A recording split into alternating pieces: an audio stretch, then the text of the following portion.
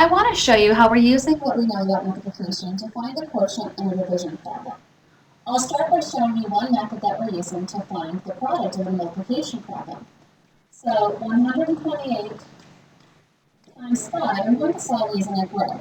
So I'll just start by making a box, and my factor of 5 is going to go on the side, and then I'm going to break apart 128 using base 10. So I'm going to multiply by 100, 20, and 8. 100 times 5 is 500, 20 times 5 is 100, and 8 times 5 is 40. So my product is 640.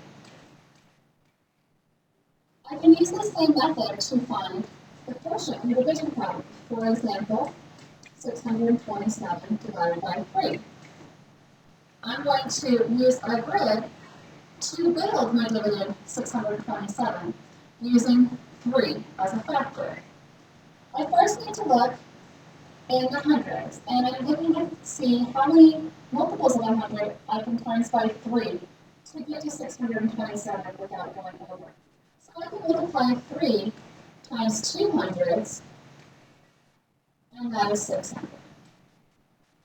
I'm then going to subtract the 600 from my dividend to see what I have left to build.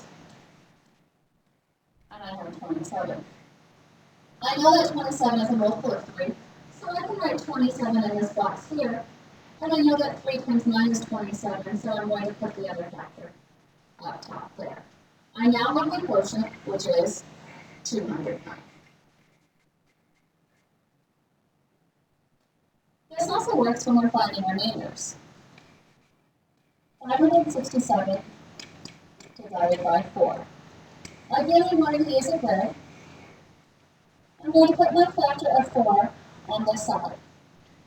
I'm thinking about how many multiples of 100 I can times by 4 to make my dividend of 567 without going over.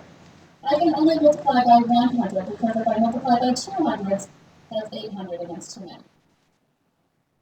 So 100 times 4 is 400. I subtract that 400 from my dividend to see what I have left to build, which is 167. I already know I can't do any more hundreds, so I'm thinking about tens now. I have 16 tens. I know that 4 times 4 is 16, so I'm going to multiply by 4 tens, which is 40, and get 160. I can now subtract that 160, and there are 7 left to build. Well, 4 times 1 is 4, and 4 times 2 is 8, which is too many. So I can only multiply 4 times 1, and I get 4. So far I've built 564. There are 3 left over, which becomes my remainder. So the quotient of 567 divided by 4 is 141, remainder 3. Let me show you another example. 587 divided by 3. Again, I'm using the grid,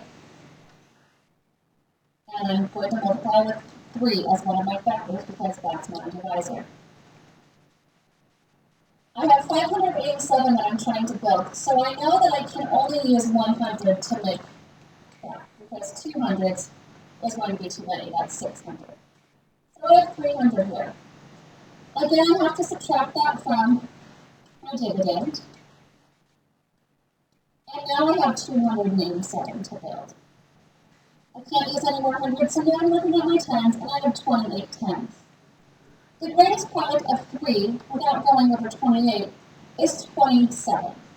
And that is 9 times 3. So I'm going to multiply by 9 tens, which is 90, and I get 270. So I'll subtract that 270, and you have 17 left to build. The greatest product of 3 without going over 17 is 15, which is 5 times 3. I'll subtract that 15, and I have 2 left over, which is my remainder. So the quotient here is 195, remainder